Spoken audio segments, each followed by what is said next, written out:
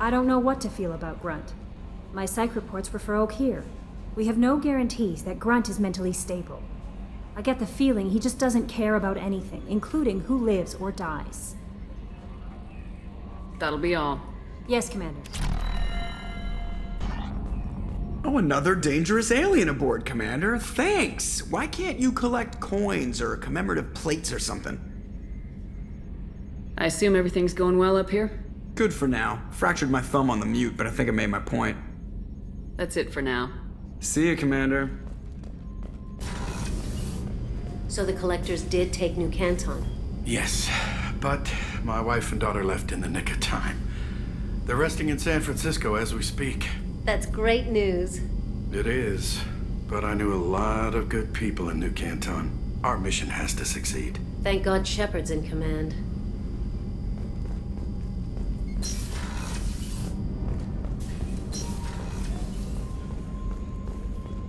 Weren't you originally stationed on Horizon? Yes. If I hadn't joined Cerberus, I'd be abducted by the Collectors right now. Wow, you really dodged a bullet. Yeah, I couldn't take that. They creep the hell out of me.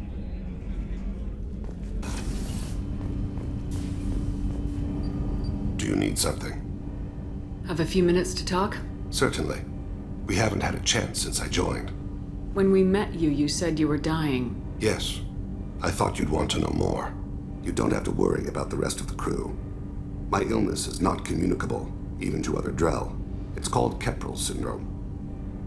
Are you gonna be alright till the end of the mission? I should be fine for another 8 to 12 months. The more time I spend in humid environments, the faster it progresses. I think it's safe to say that by the time my body is incapacitated, we'll be victorious. Or dead. Either way, I won't be a burden to you. What exactly is the problem? My people are native to an arid world. Most of us now live on Kaje, the Hanar homeworld. It's very humid and rains every day. Our lungs can't deal with the moisture. Over time, the tissue loses its ability to absorb oxygen. It becomes harder to breathe. Eventually, we suffocate. Then don't live on Kaje. Or use breathers.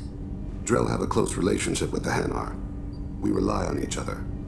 The best we can do is keep our homes very dry inside. Can't they do something about that? The Hanar have funded a genetic engineering program. They should be able to adapt us. The project has only been running for a few years. I don't believe my body will still draw breath by the time it bears fruit. You don't act like a dying man. You have the advantage there, Shepard. You've already died. Perhaps later you can give me some suggestions. I can do nothing to alter my fate. One advantage of my training is that I've always, to some degree, considered myself dead. Thank you for your concern. Trust me, this won't affect my performance. Do you need something? You mind if I ask you a few questions? Not at all. The Drell live on the Hanar homeworld, don't they? Yes. I know many think the Han are difficult to understand. It's just that they're very formal with those they don't know. We know them quite well. If you ever get close enough to a Hanar that they tell you their soul name, you would find them warm. I thought that Hanar only let very close friends know their soul name. Most of my commissions were for Hanar. I grew close to my regular contacts. Soul names tend to be poetic. A Hanar known for its cynicism might take a name that means illuminates the folly of the dancers.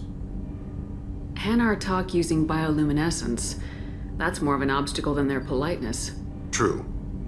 Many Drell have had their eyes genetically modified to perceive their higher frequency flashes. I had the treatment. I can't tell the difference between a dark red and black, but I can see ultraviolet light as a silver color. When you pray for the wicked, who exactly are you praying to? That depends on the circumstance. To find my target, I speak with them on Kira, Lord of Hunters. When I act to defend another, Arashu, goddess of motherhood and protection. And when I have taken my target, I speak with Kalahira, goddess of oceans and the afterlife.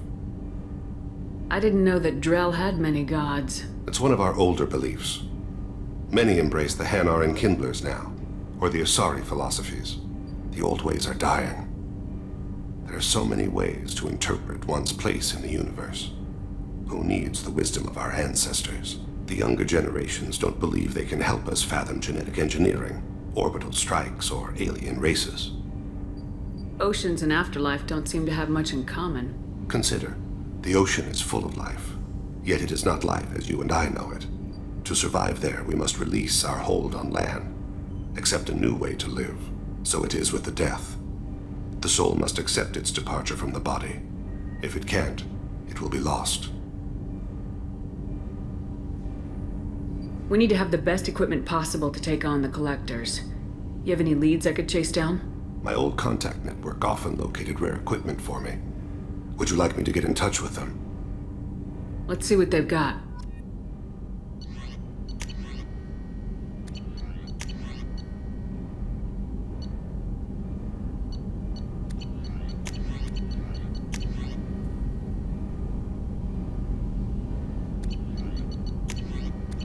Let me know if you want to pursue that.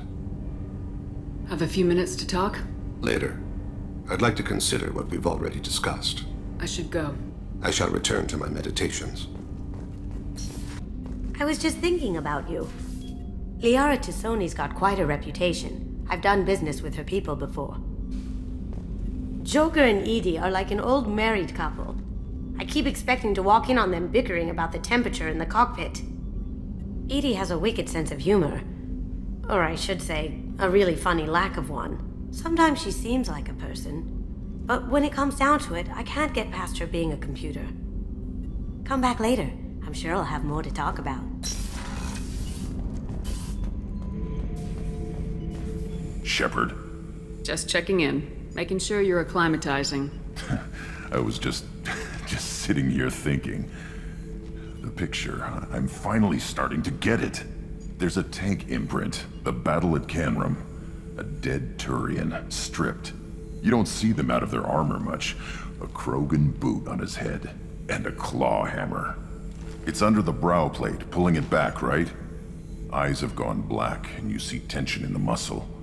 You can feel it ready to snap. I get it. Canrum isn't ringing a bell. Death of Shiagar, female warlord. Turians killed her, so they were hunted down and made examples. Even if they won the war, it was the last push before the rebellions ended. You better have a good reason for ruining my lunch. It's just great. It's a Turian, and he's being torn apart for what they did. I felt nothing before, but now I get it. It was a good fight. The enemy was destroyed to punish them all and send a message. I get it. I hate Turians. I thought you'd be glad. Don't start anything with Garrus. I won't have trouble on my ship. I don't hate Garrus. I hate the Turians. Garrus is just one Turian, and he's your clan. No point in ripping his face off unless he turns on me. It's hate, but it's mine. Okeer was blind, and he tried to make me the same. But I'm starting to feel what they did, to see why I should care. Anyway, I'm still figuring where I fit, but it made me laugh. Nothing else really on my mind.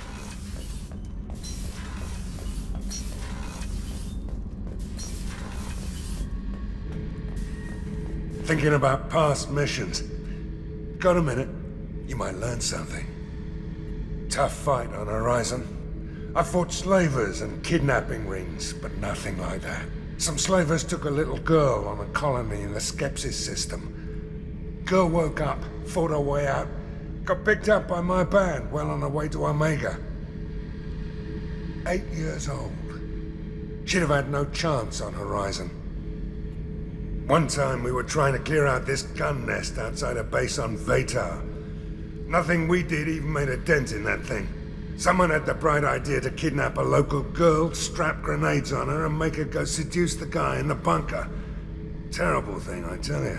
Well, she went up there, knocked on the door, and nothing. Grenades never went off.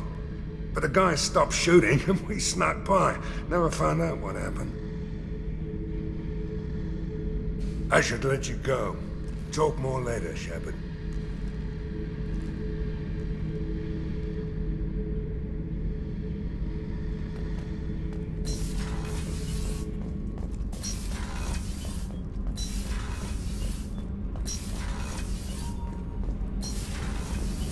So Kenneth, did you know we've got a crazy woman squatting down in the subdeck? What? she touches anything, I'll kill her. Oh, and the only thing she wears from her waist up is tattoos. Oh, maybe I should go down and welcome her aboard. And she's a murderer, has biotic powers that could crush you with a blink, hates everyone in Cerberus. Damn it, girl. Stop toying with me.